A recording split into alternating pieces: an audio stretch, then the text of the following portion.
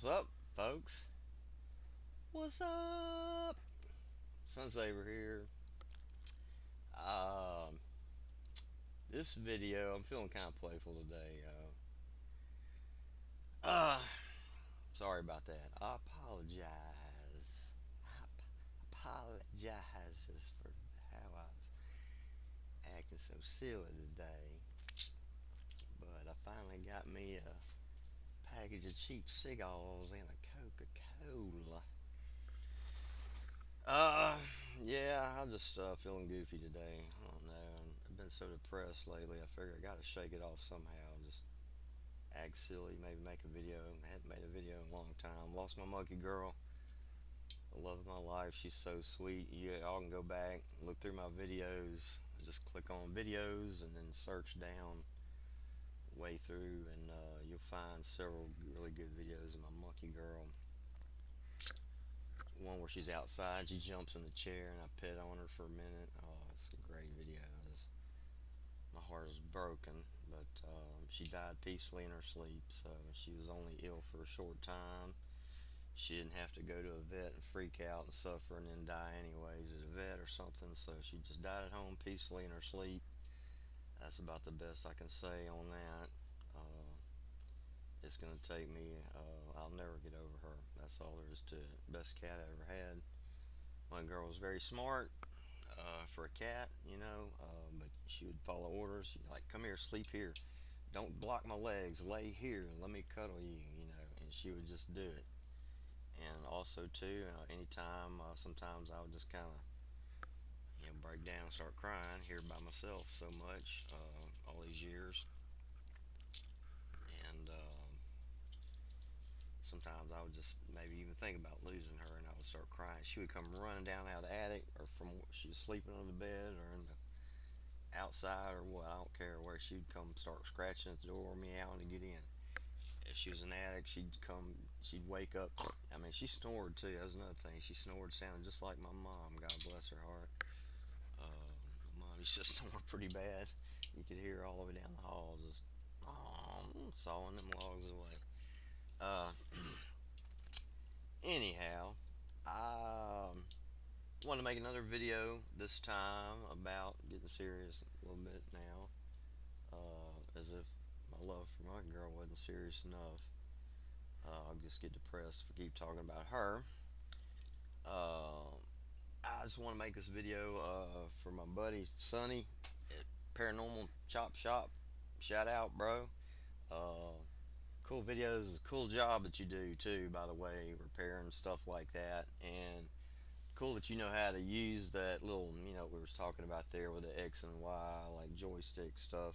Speaking of, for you, bro, my buddy Sonny at Paranormal Chop Shop, I want to talk again about my invention of artificial reality, which you now know as virtual reality. We just sort of changed the name at the last minute when I filed the first patent application ever for virtual reality in the field of virtual reality. The first ever patent in the field of virtual reality specifically, uh, by database search, was our invention, the artificial reality, which again, is virtual reality. Um, well, I'll show you the headset first. This was the second prototype, but this is the oldest known in existence. And that was our old lab there, my old business. American Analyzer. That was American Analyzer Simulator Corporation. Was what that logo was. So it had a geomagnetic orientation sensor on here. U.S. patent number 5394029. And then it had an interface. The sensor was put up. That's in another box somewhere in the attic, I think. And the first ever electronic compass. Well, there was a guy that wrote up, or it was like Electronics Now magazine or something like this, and this was like my guru. I used to read all his articles, and I was already doing digital electronics, so I was like, oh, a lot of projects just didn't seem worth doing, or it was easy enough. I said, well, any kid, beginner electronics person could build that. That's not complicated. So then he wrote an article Some people say that maybe some in the future, Hall effects sensors could be used for an electronic compass, but they'll never be sensitive enough because the range is too narrow right there at that 90-degree sort of sweet spot, and so therefore it's just not possible to make an electronic compass with a Hall sensor. And I said, well, bullshit. Well, you could just amplify the signal and widen that range up to fucking infinity, man. Well, who is this dude kidding? Does he even know mathematics? I got pissed, kind of. I took it as a challenge. It was like, well, oh, so I'm one of the idiots that believed that because I'd already seen that one. I almost bought that one because I thought about that. I said, oh, originally I was using an optically scanned compass with a little gimbal and all kind of complicated shit. But if you shook your head, that gimbal starts swinging around. I didn't have any way to dampen that. I didn't have any zero G at the time. So, anyways, we just had this 3D electronic compass on that headset. So, anyways, and then this was, I told you we went to Disney World and I had that weird experience with this guy about the free energy stuff. He's like, hey, I'm from the Anunnaki. Look at all the stuff I found on the internet. I said, oh, you're just a crackpot. Free energy's not possible. Everybody knows that. Well, everybody thinks there's no such thing as UFOs or orbs, too, but I've seen an orb, I've seen a UFO. So, anyhow, this was the plaque that we won. It just says like award for outstanding creativity presented, and this was by the Intellectual Property Owners Association, and then it was sponsored, whatever, and it was the Patent Office and Disney World. So that was where I met the strange dude. He was all about the Joe. The only thing that caught my eye was Joe Newman motor because I had heard about him when I was a teenager, and I blew him off too. I said, nah, it's just a con job. He's got a battery in the box. Well, it doesn't matter if he's got a battery box or not. If it's over unity, it produces more power out than in. It's like cold fusion or cold fission. Here's the article where I was in Popular Science magazine. Oh, it looks backwards on here. But anyways, it was John Gay and Billy Smith there. And so anyways, it's called Gyro on a Chip, page 40. And this was the issue. This was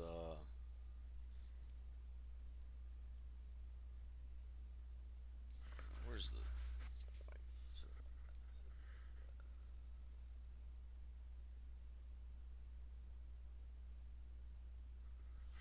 so that was the one. It talked about Apollo 13. Well, that was right around the time the movie Apollo 13 was coming out too, I think.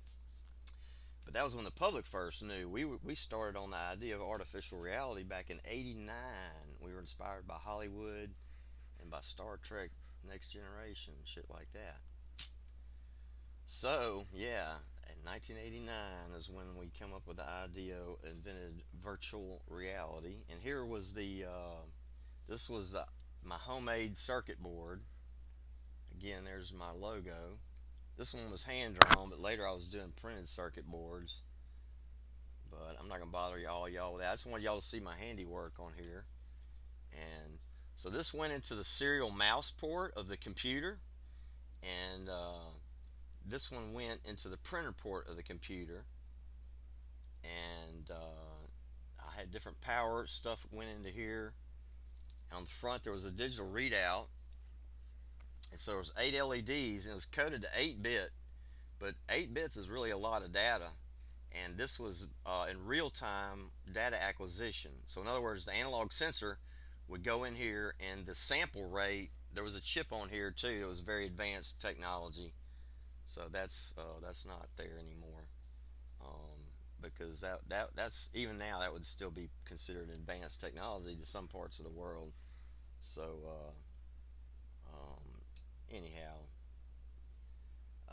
but that read the serial code, so I could read, like I could stop it and say, oh well, you could actually stop it and make sure what the number was, if that's the right number, and you could calibrate it. Then it's like, oh, it says 8 volts or whatever, and so then I could calibrate it with just a regular multimeter, multi-tester like you get at the hardware store, and put on there, oh yeah, it is 8 volts. Okay, so basically like that, because it did have I actually amplified it by a gain of 1,000 too, which was not really, like, even now I don't think that's really supposed to be possible. But the way I did it was with these staged amplifiers, and then you had to really calibrate all these little. In other words, you had to kind of fine tune it with a whole bunch of knobs, like an analog computer. Though, if you ever seen an analog computer, it just had a patch bay with all these wires. Well, each circuit performs a function, but it does it at the speed of light. Like that's how long the wave of electricity has to go through there.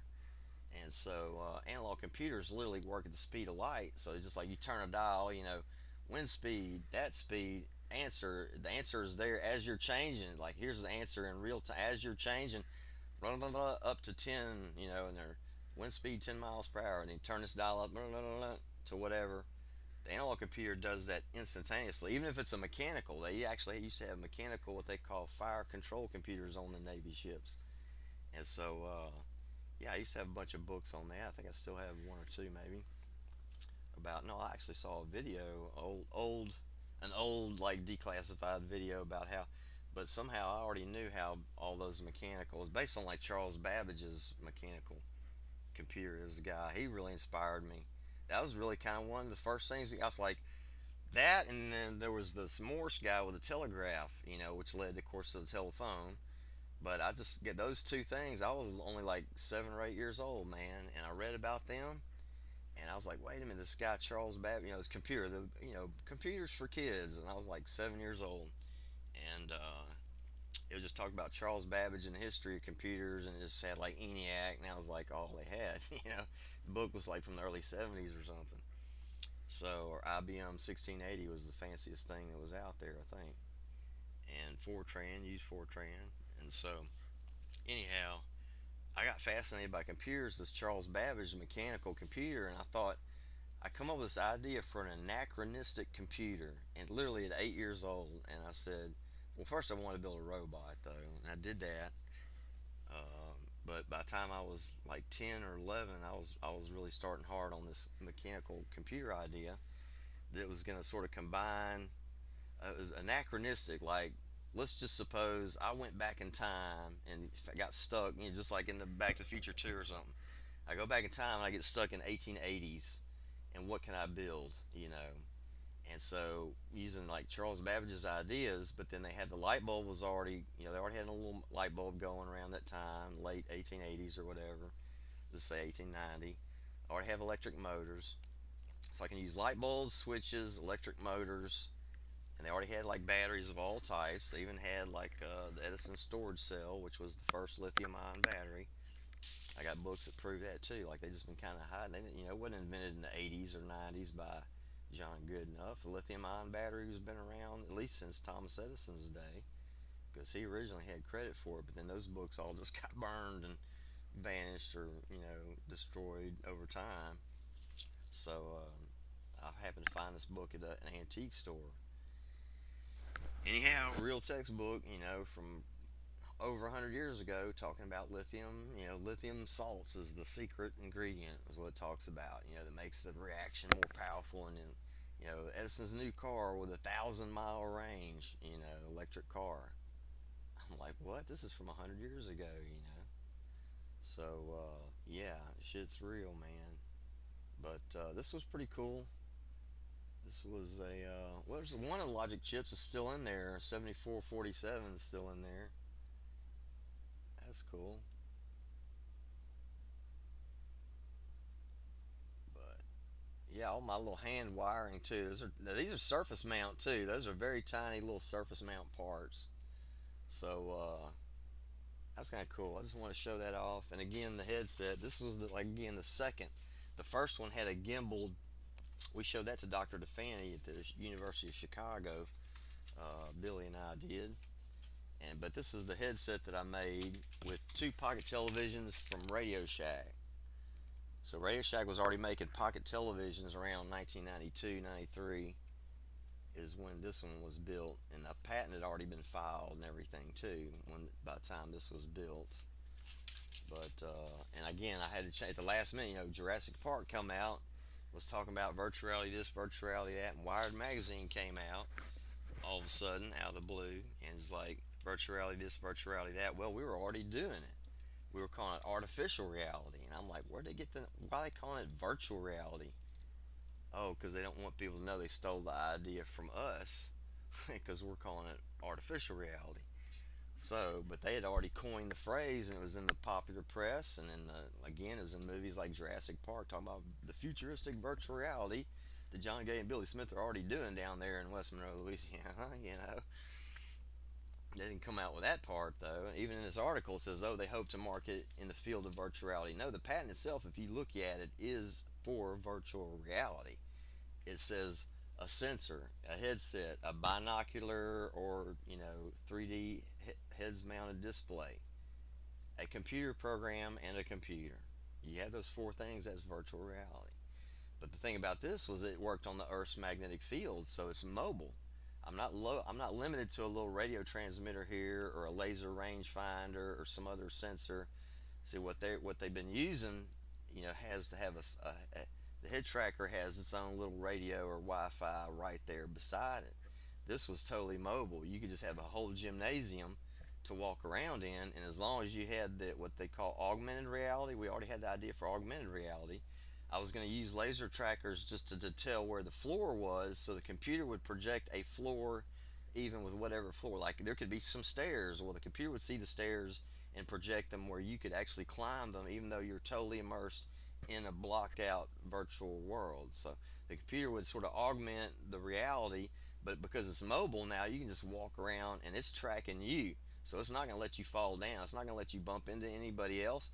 There could be 100 people in the room and you might hear them or hear them get closer and closer, but then the computer could just steer them away with virtual walls, and then you'd be steered away by a virtual wall and like, oh, I can hear this person breathing, but I can't get close enough to touch them or whatever. Or I can hear them, through the, of course you want to block the sound out maybe, but the idea was mobile virtual reality. You could even have like people pay like, $10. You go in the theater, you put on the goggles, the computer tracks you, and you're walking around like a holodeck basically. But you can see and interact with other people, but you can't actually get close enough to physically touch and mess up stuff, or whatever. And also, so you can pack a lot of people into one room, make a ton of money by selling tickets to it. Like, okay, your hour's up, you got to get out of the holodeck there. Somebody else can come in. Mobile virtual reality, artificial reality. Mobile artificial reality is what we called it. And again, Billy said he got the idea from Tron and this other movie. No, that was Tron, yeah, where they get sucked in the computer and they're like fighting computer avatars, like the computer's own self-defense mechanisms or whatever, which is a strange idea too.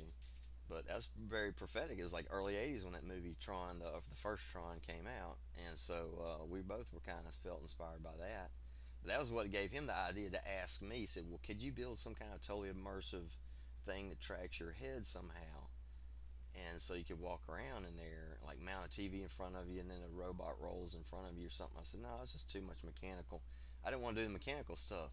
And then I got the idea from the Viewmaster, which was like this toy where you put discs, like Disney films or little microfilms of different, famous places in the world, in Switzerland, whatever. And then you can look and it's in 3D because it gives you the parallax shift. There's two little microfilm see-through like negatives on there, little microfilm negatives of these different places, but it's a slightly, there's two cameras there to give you the parallax view, and so it really looks like 3D. And I said, yeah, well, what about the Viewmaster? And like I said, Radio Shack had just come out with pocket televisions, just like Disney, like Dick Tracy's little thing. And I said, man, they had this new technology, the LCD. The resolution was terrible. It was only like 200 by 300 or something, like resolution. It was really poor. But it's just enough to where you could have like Pong or the old Battlezone video game or whatever, where it's just like green wire stick figures, or the early Doom was kind of crude.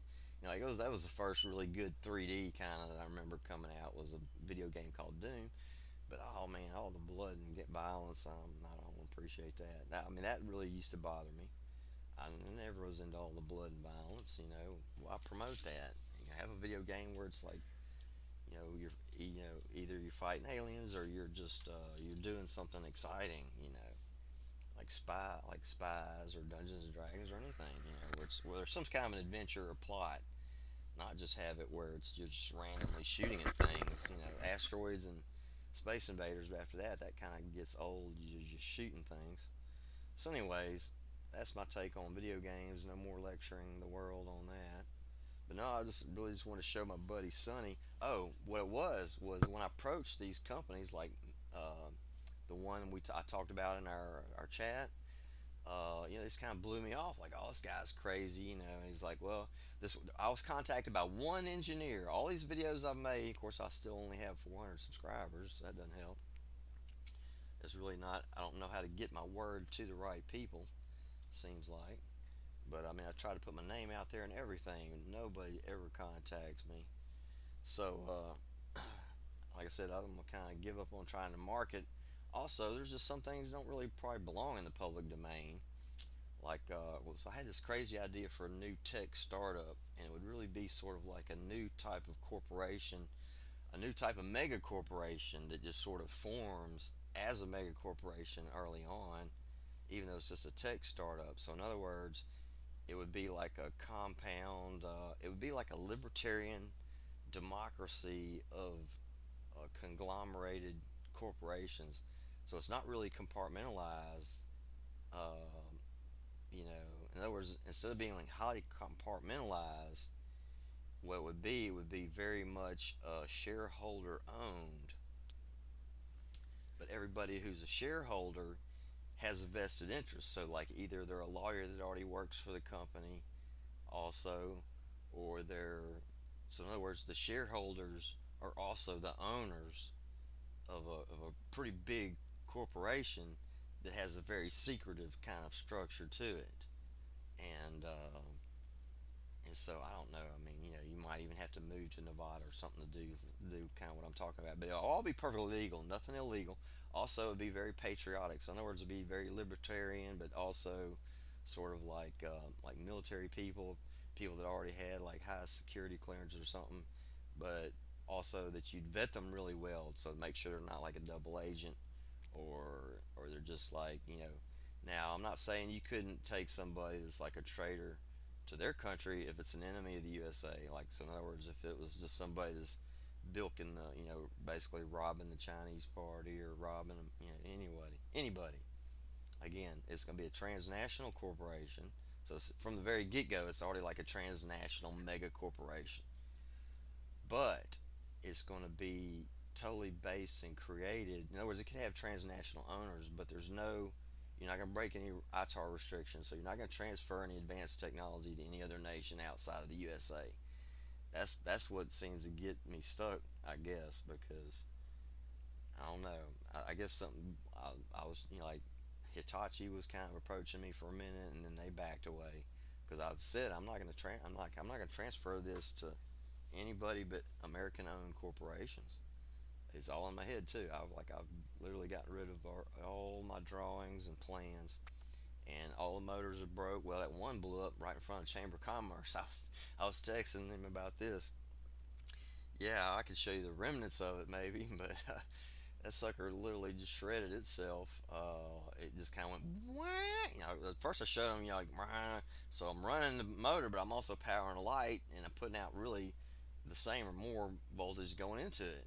So this is doing work, but I could also go feed it through to another motor, and to another motor, and to another motor, instead of just throwing it to the ground or back to the positive terminal or negative terminal to kill the battery. So in other words, theoretically, the current goes from positive to the negative terminal of the battery, and you're just killing the battery, or it goes from the positive AC line, through your breaker box and system, will go through your appliance into the ground. That's where it terminates.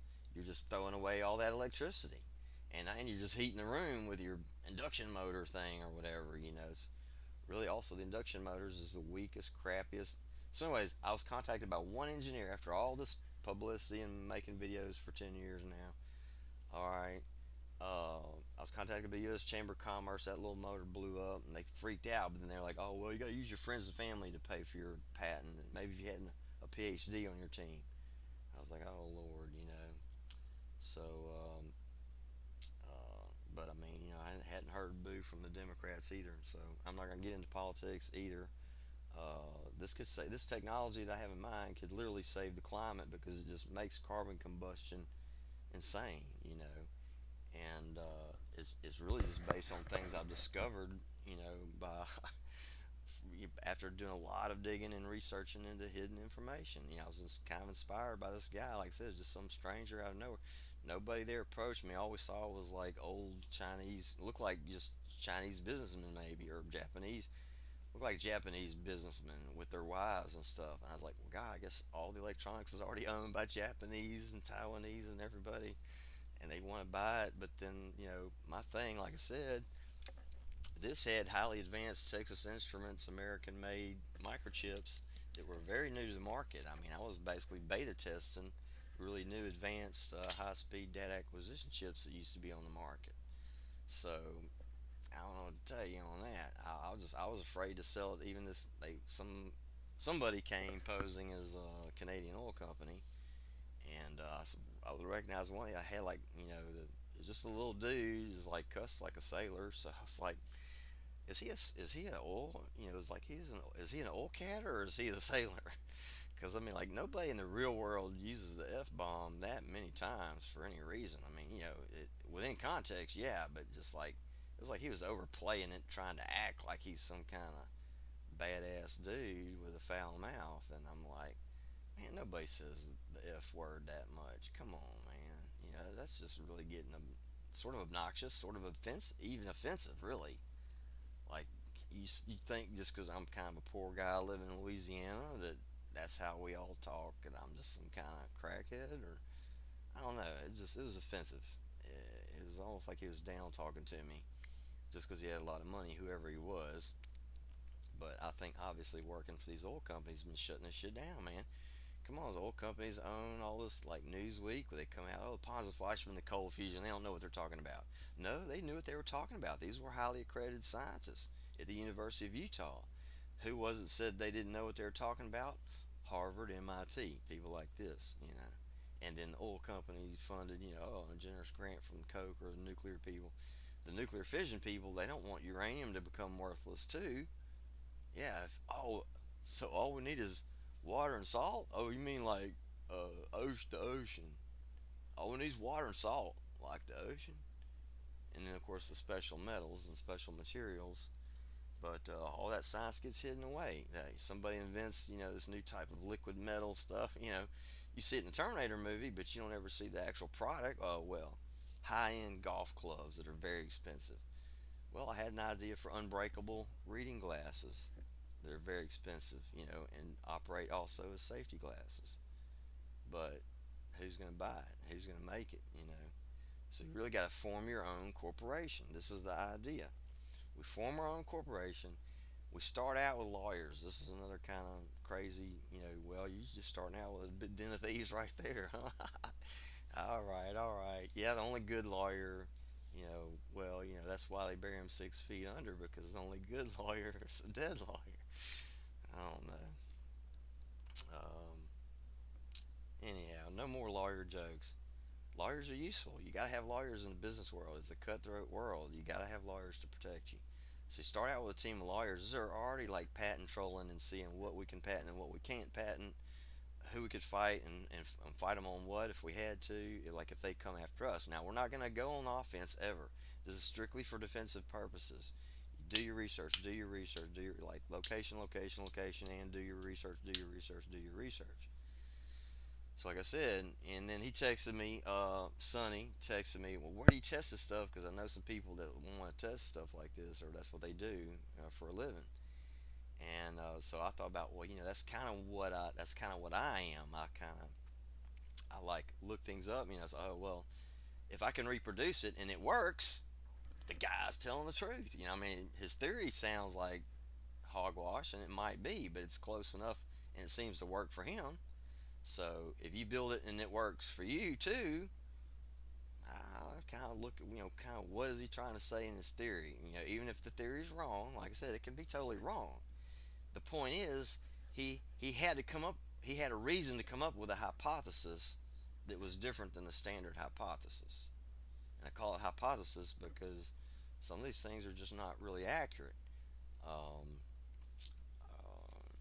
there's a whole lot of things with electric motor. For example, they say, well, you got to use more and more current to get more and more power, thinking it's like an engine. To get more and more power, you got to give it more and more gas. No. If you raise the fuel economy, you increase the horsepower because now just a little bit give. So now I have a little bit of gas gives you this many miles per hour of speed. All right. Before it took this much gas to give you this same miles per hour of speed. So now if I was to take this, okay, and give it this much gas, now that I've increased the fuel efficiency, now if I give it this much gas, it's going to be like this. It's going to raise up by the same amount. So the engine's both more powerful and it gets better fuel economy. See? So now think about it. Now your electric motor, not only is it getting more powerful, it's using a smaller and smaller battery with less and less electricity. What? Yeah, it's the opposite. Literally, the bigger the motor. So I just learned that's the one thing I put out there. All right, I said, look, if you just put more copper on there, you're gonna have a more powerful magnetic field. He proved that in his garage. He made his thing. He used copper cable this thick, and it was like a mile and a half long or something. That's overkill. Okay, that's really insanity. That he took it to the insane level of this gigantic, super heavy motor. So I said, well, let me take it to the other opposite. I started doing like this Seinfeld episode where George was like, George Costanza character. He's doing the opposite. It's like, George, whatever you do, the opposite, it works out for you. Keep doing that. So then he starts doing the opposite of whatever your instinct is, do the opposite of that. And so then George Costanza started doing the opposite of whatever his instinct is, yelling at women or whatever instead of cowing down to them. And they just, oh, he's so powerful. Next thing you know, he gets a new job. He's working for the Yankees and all this, just by doing the opposite. So this guy took it to the extreme of this super heavy, gigantic, super powerful motor that just runs on a little 9-volt battery. I said, well, let me take it to the other extreme. Let me make a super lightweight, or super small, whatever, it's just the opposite. But it worked on everything. I did like polarity opposite to standard motors, magnetism opposite, field shaping, all this different stuff. I mean, I've even looked at alternative bearings and stuff like that. Somebody said, "Oh, you use magnetic bearings." Well, there's just not enough friction. Really, for a high torque motor, you need good quality. They got to be heavy duty bearings, and of course, the magnetic bearings, you're gonna waste too much weight and power trying to make them resist that kind of heavy load. All that's got to go into the motor, so you just have to have good quality, steel bearings or whatever, high carbon steel, or even this new mu metal super steel. But again, stuff like that, I'm not talking about that kind of stuff anymore because it really, looks like we're going into war, and it might have military applications, and I gotta be loyal to my own country if it comes to some kind of a world war. I gotta be loyal to my own country, but ideally an international corporation too that's able to operate internationally or brings money in. This is another idea. So we're basically bringing in the wealth of other nations into the United States to help create jobs or whatever. Again, any of us shareholders of this new type of corporation start making a lot of money, then they can make their own factory or whatever. They can make their own product. They wouldn't be limited by these sort of ITAR restrictions or even military secrecy. Some of these things belong in military hands. Like some of the ideas I have, I'm sorry, I just can't share them with anybody until I've totally vetted this person and know who they are and who they're working for.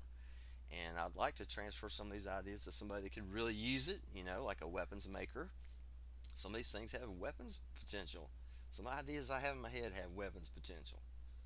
Seriously. So, what do you do with that? What do you do with that? You gotta sign NDAs, but first you gotta vet the person. So you start out with lawyers. You get a team of lawyers. They're all shareholders, but they also got to put in a certain amount of work. In other words, so in the bylaws of the corporation, when you file it with whatever state you file it in, So, and you do it as S corporation too, so we can sell stock, we can raise funds, you could eventually get listed. If it grows, then you could eventually be listed on the major exchanges and stuff. Um, Also, too, then so we start with the lawyers and everything. That helps with the vetting process. Also, like you could have like ex law enforcement, ex marine type, or ex military type. Marines, Navy SEALs, Black Op types people. And so then you start bringing in these other kind of people, and of course they all get vetted by this initial founding team. So that's the thing. The founding team is what you, but that's where the seed money comes in. That's why I'm kind of looking for seed money, or somebody that's like, well, I'll just put in time. Again, this will be part of it too. Some of the shareholders have put in more time than others based on, well, how much did they invest? Like, I'm gonna invest all this money and let you guys do all the work because I trust you. Boom. Oh, that's fine. If you want to be just like a silent partner, then you sign on with a certain type of. You could even have like maybe two types of stocks, right, or something like that, or just have it rated, some kind of prorating system, to where, well, I don't have any money, but I can put the time. I'm a CAD expert, or I'm a this ad expert, or I know how to do drone technology or whatever. So then they have some skill or expertise that could be used, but there also would have to be, what's the enticement to, how do you, in other words, how do you prove, hey, this guy really knows something, has some ideas that we could make money on.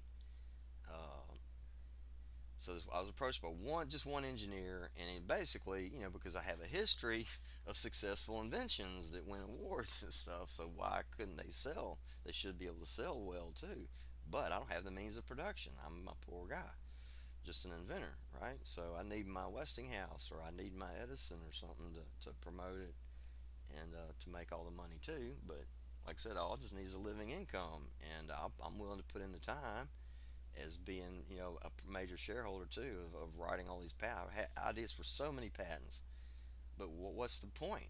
I didn't make a dime. I spent, maybe in today's money, I probably spent about $100,000 of my own money, 60 to 100,000, because it's over 30 grand that I spent of my own money between 89 and like 95 when I gave up.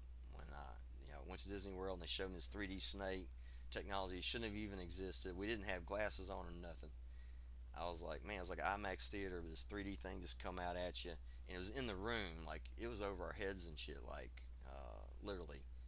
I don't know how they did it. No glasses or nothing. It was like obviously some kind of laser projection or something. It was very advanced stuff though that was not in the public domain. It wasn't in any of the periodicals, and nobody had announced. Oh, like just 2 months prior, somebody announced at MIT that they, oh, maybe with mirrors and stuff, eventually we'll be able to, like a spinning mirror with lasers and all this. So apparently, that was what that was, but they had already developed it. I mean, it wasn't just discovered; they had the timeline wrong. So this is the thing. I realized all the media wasn't accurate, and so I started doing things opposite, and I had luck, and basically everything that I started making out of these basically impossible inventions, they all worked. They're not impossible; they worked. Like the water burning car thing, that's just real. And the trick is in the you got to change the timing and do some other little things, but it's not that complicated. That's why they killed the guy that had the patent. They didn't want to give him any money. He didn't want to just sell out. He thought, oh, well, I'll just sell out, and then of course they'd never use it. Well, of course they never did use it either. They wanted him to sell out just to shut him up, but they realized he was going to keep making these spark plugs that would just easily convert your car to run on water, and so they killed him in broad daylight. Stan Meyer, look the guy up. Okay, does anybody wants to get into this side of ufology? So what's the UFO cover up all about? Think about it. Y'all just cattle. One little gray dude gonna come eat you.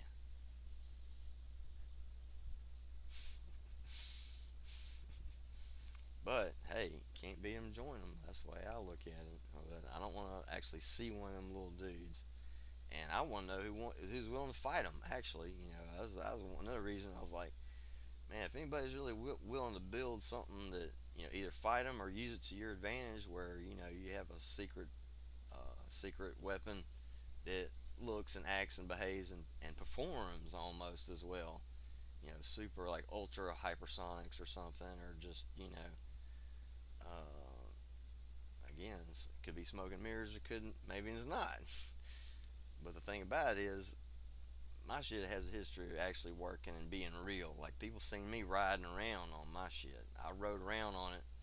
That was actually like a Porter cable air compressor, ran on 120 volts, and I converted to run on 1236 volts. And I made a volt controller out of a damn heating element out of a central heat and air. That's the one. That's my video called "Night Riding with Controller Glowing Red." But the supply cable to that motor is a tiny little thin wire, and it goes through this big fat heating element. And the heating element's glowing red hot. The tiny little thin wire is ice cold. So it's not something flowing through this wire.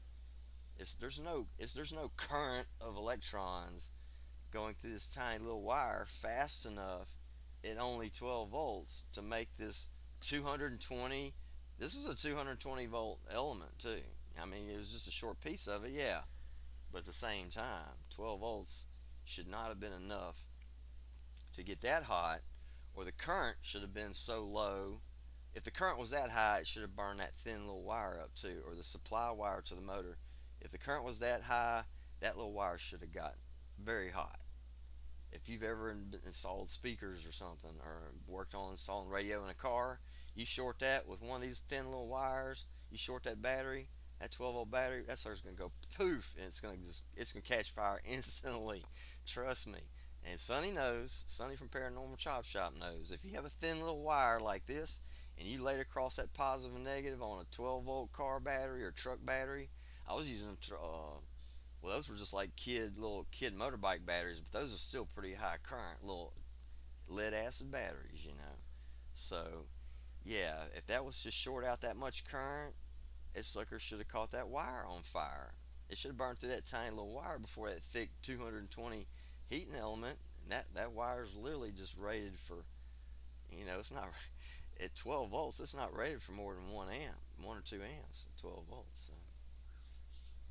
Yeah, because it's like my supply wire was like 18 gauge supply wire, and the other one was actually just like 22 on that big Shamrock motor.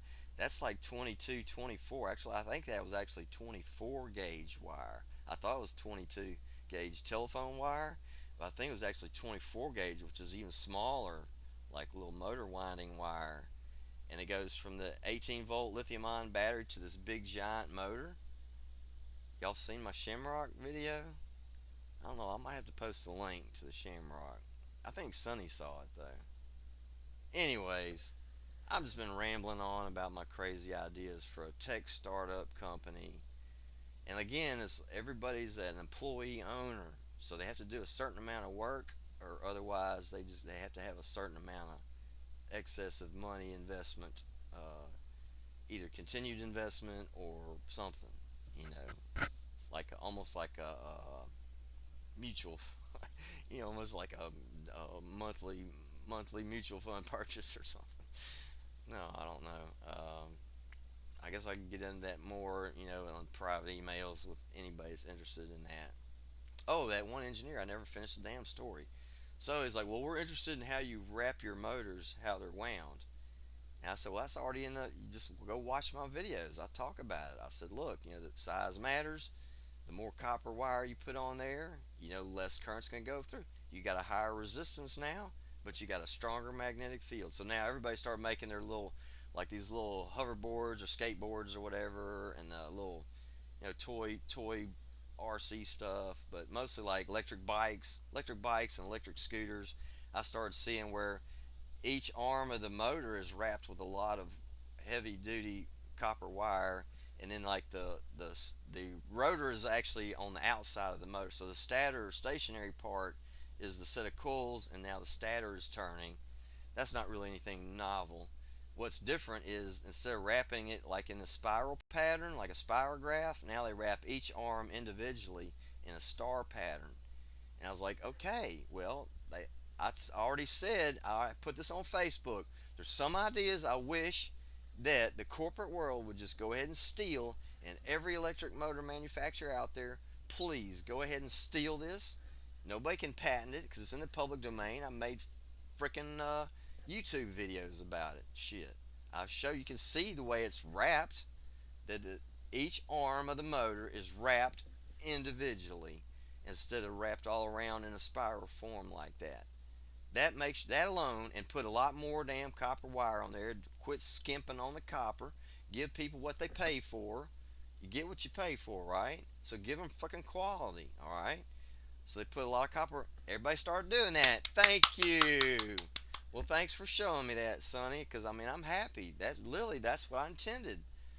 Go ahead and steal this part of it and just make your own damn motors a little bit better. Give people a better product. You can make it more powerful. Also, just use more powerful magnets. Joe Newman already proven that.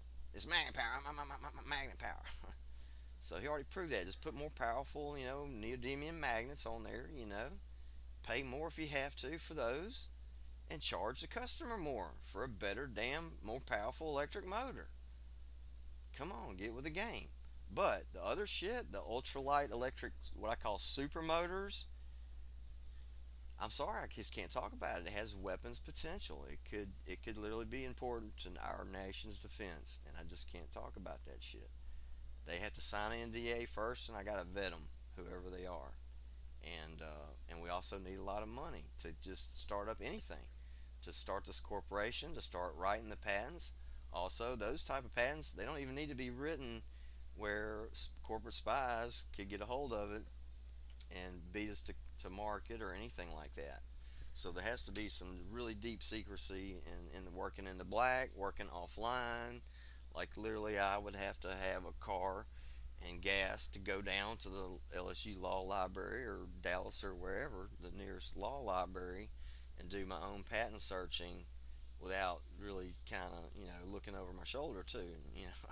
Look over your shoulder the whole time you're doing your patent searching because but this is what the lawyers is needed for. They like a patent lawyer would be great, and I could work with him mostly. Other people could be doing other shit, building the electronics or building and testing or doing whatever, or recruiting or hiring or selling shock. Oh, I'm running out of space. Well, I better end the video. Just want to say uh, thanks for everybody watching, but mostly Sonny, thanks for chatting with me earlier.